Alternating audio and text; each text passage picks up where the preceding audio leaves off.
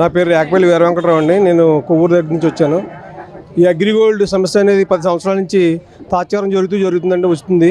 అయితే అగ్రిగోల్డ్ సంబంధించిన సిబ్బంది కానీ ఆ సంస్థ సంబంధించిన అధికారులు కానీ వాళ్ళందరూ కూడా బయట తిరుగుతున్నారు. కేసులు గట్రా ఏమీ లేకుండా మేము మనోవేదంతో ఏజెంట్లు కానీ కస్టమర్లు కానీ మనోవేదంతో చనిపోవడం ఇవన్నీ జరుగుతున్నాయి.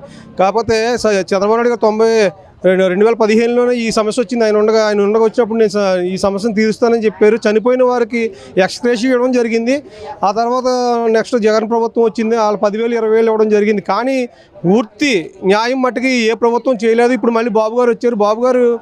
బాబు గారు ప్రతిపక్షంలో ఉండగా మేము రాజమండ్రి ఎయిర్పోర్ట్లో కలవడం జరిగింది. ఆ రోజు చెప్పారు, మీ ఆవేదన నాకు తెలుసు, మీరు ఒక సైకోని ఎన్నుకున్నారు కాబట్టి మీరు ఈ బాధలు పడుతున్నారు, నేను రాగానే మీ యొక్క ఆవేదనను నేను తీరుస్తానని చెప్పారు. కానీ సంవత్సరం జరుగుతుంది, ఈ యొక్క తాత్సారం జరుగుతూనే ఉంది. ప్రభుత్వం దగ్గర డబ్బులు లేవు అనడానికి అంటే ఉచిత పథకాలన్నీ కూడా జరుగుతూనే ఉన్నాయి.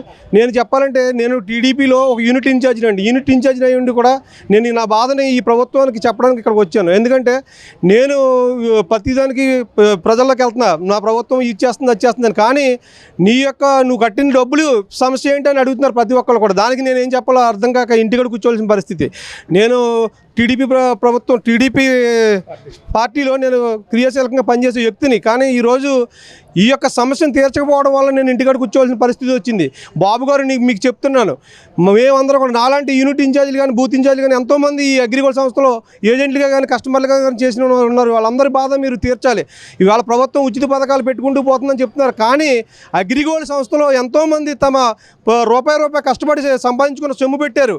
మీరు ఏదో ఉచిత పథకాలు ఇచ్చి నేను గొప్ప చేస్తున్నానని చెప్పుకునే కంటే ఇక్కడ కష్టపడి పెట్టుకున్న ప్రతి రూపాయి కూడా ఎంతో బాధతో, అంటే వాళ్ళ యొక్క పిల్లల యొక్క వివాహాలు కానీ తన వృద్ధాప్యంలో ఉపయోగపడతాయని కానీ పెట్టడం జరిగింది. ఆ రూపాయి రాక ఇవాళ ఎంతోమంది మనోవేదంతో చనిపోతున్నారు. వీళ్ళందరి యొక్క వ్యతలు తీర్చాలంటే మీరు కంపల్సరీ ఈ సమస్య మీద దృష్టి పెట్టవలసిన అవసరం ఉంది. సంవత్సరాల కాలం జరిగిపోయింది.